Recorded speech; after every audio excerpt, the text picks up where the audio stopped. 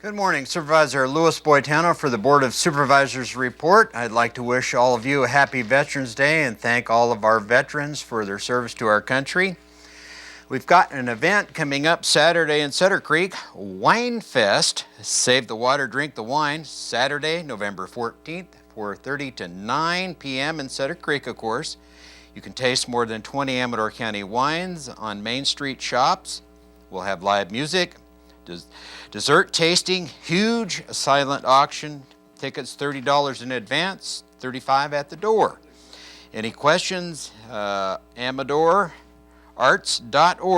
209-267-9038. To the board report.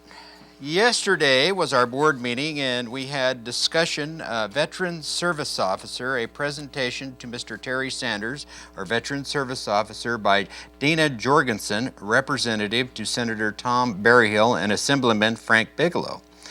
And basically this was a resolution commending Terry Sanders for an outstanding job when it comes to veterans, their benefits, how hard he works. He's increased the benefits to our county residents and even pulling from Calaveras County, and now he's working up in Alpine County, I believe one day a month for the veterans up there, and he's done an outstanding job. We're fortunate to have him, and the board congratulated him. Next up, we had development of water measurement and reporting regulations, Senate Bill 88, and there's a lot of discussion, and basically the law will affect water rights holders and diverters, and that who divert more than 10 acre-feet of water per year. The law includes new reporting requirements, and all diverters must submit their diversion records each month. A lot of discussion on this. It goes all the way from cisterns to collecting water, indentations in the earth that were probably left there from early days of mining, and it's got a lot of people concerned. And one of my questions was, how are they going to measure this stuff?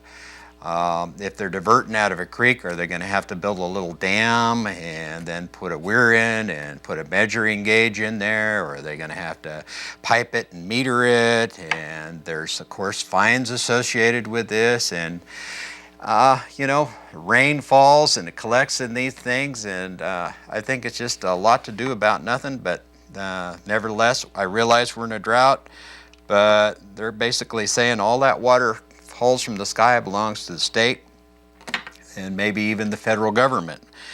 Well, we'll see how that one goes. Then we had tree mortality.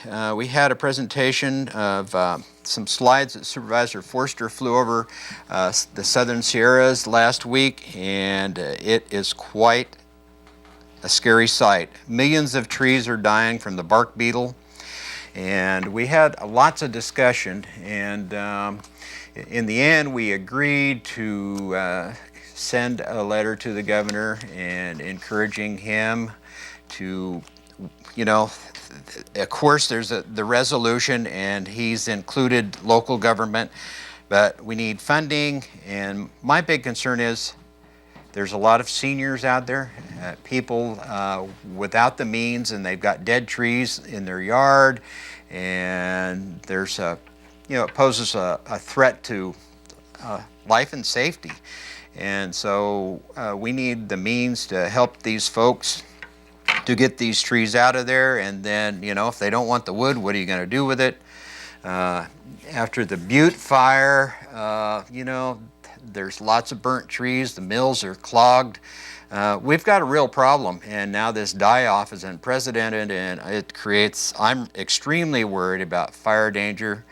And I'm pushing that we need to put more shaded fuel breaks in all around the county, and hopefully some funding will come around and we can start a removal of these dead and dying trees. A lot of the trees are already brown, and then at the very top you'll see them white. They're already dead. It's scary. Okay, environmental health, possible action regarding public health and a safety loan policy program, processing applications for financial assistance to this policy. We've got a little bit of a pot of money, just under $100,000, and we call it reuse money, and there are some, at times, people will come in and they don't have the means. They're like one of the instances I can think of is Mule Creek State Prison was having trouble with their dry cleaning operation, and some of that, I believe it was toluene, was getting into the water course and polluting wells, and folks needed to have, you know, potable water, so we were able to loan them some money, and they ran a water line out there and they went off of their well, and it took care of that situation. And we have a few other businesses that are in financial problems with their upcountry, and they have water storage tanks that are in bad shape, and they need to, you know, get that remedy, and that's environmental health and safety issue. Then we had the state of Jefferson, discussion of possible action relative to the state of Jefferson to restore representation to the counties in Northern California and create a new state, those counties that want representation restored. Well, it goes back to 1964 when Earl Warren changed the way the Senate was in the state of California. We had one senator per county, and now it goes on a population base. And the problem is, you know, the big centers of population really run the state, and the rurals get cast aside. We saw that just recently with the relinquishment of Highway 16 to the city of Sacramento, or Rancho Cordova, I should say, and all development driven. They didn't even want to listen to us. And, you know, I don't know. The board talked quite a bit. I don't really personally know enough about it. I know a little bit about it, but not enough to make an informed decision. They are going to have a speaker coming up towards the end of the month in November at the Italian Picnic Grounds. I didn't bring the flyer with me. Next Thursday. Yeah, is it next Thursday? Yes. And, you know, I'll probably go to that and try to glean some more. I have some other thoughts on that, but I'm going to save them for our board meeting. And, you know, if nothing else comes out of this, if we could get some better restored representation to the rural counties, I think a lot of us would feel better. And it's been an ongoing battle for a long time. So I think it's time, and like I say, if nothing else, if we can get that restored. And, you know, I love California. I'm going in the parade today with Native Sons of the Golden West. California is our thing, so let's see where it goes. Next up, we had the planning department, and we had a zone change request by Andis Wines, and this went to the planning commission, and they recommended denial. They had some letters of protest when they notified the neighbors because of the road conditions and traffic and more events, and so the planning commission denied it. And basically we passed a wine ordinance in 1994, and it's maybe time to take a look at that. The valley's grown. It seems like every few months we get a new application for tasting rooms or wineries, so maybe it's time to look at that again. Essentially, what we did is we upheld the Planning Commission's decision, and we said that you can still apply for some of these things that you want to do on your use permit, so we're not going to start the process all over. You don't have to pay any more fees. If you want to go before the Planning Commission and ask for those things, we recommend that you do that. And then we had the planning department, and this was recommended to approve a zone change by the Ardito Trust from R1A, Single Family Residential Ag District, to Ag Exclusive District. And this was in conjunction for inclusion into the California Land Conservation Act. This is off of Highway 16.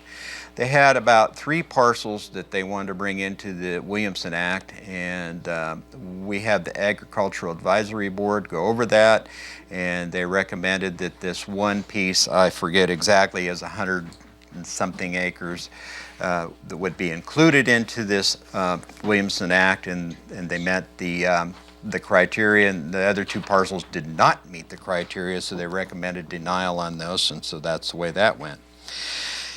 And then we had, item 13, discussion possible action relative to a public hearing for a certificate of merger and abandonment of a 10-foot public utility easement. The property is located at the south side of Kern Road, and it's off of Quiver Drive, Lake Comanche area.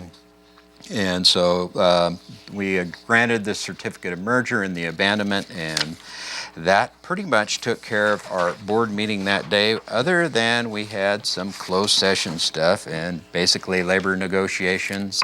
Direction was given from staff. We had a conference with real property negotiators. Direction was given to staff. Conference with County Council, existing litigation, Amador County versus Ken Salazar. Direction was given to staff. County Amador versus Department of the Interior, United States District Court. Direction to staff. Pine Grove Business Alliance versus County of Amador. We had a report from staff. And Citizens for Smart Development in Amador County. We had a report from staff.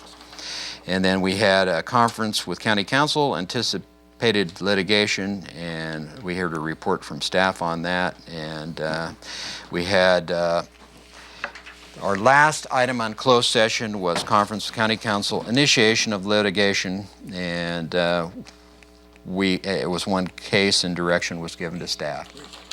Thank you very much. Happy Veterans Day. Jefferson meeting is either Tuesday or Thursday of next week at the Italian Picnic Grounds about 6 o'clock, I believe it was. Okay. Thank you all. Happy Veterans Day.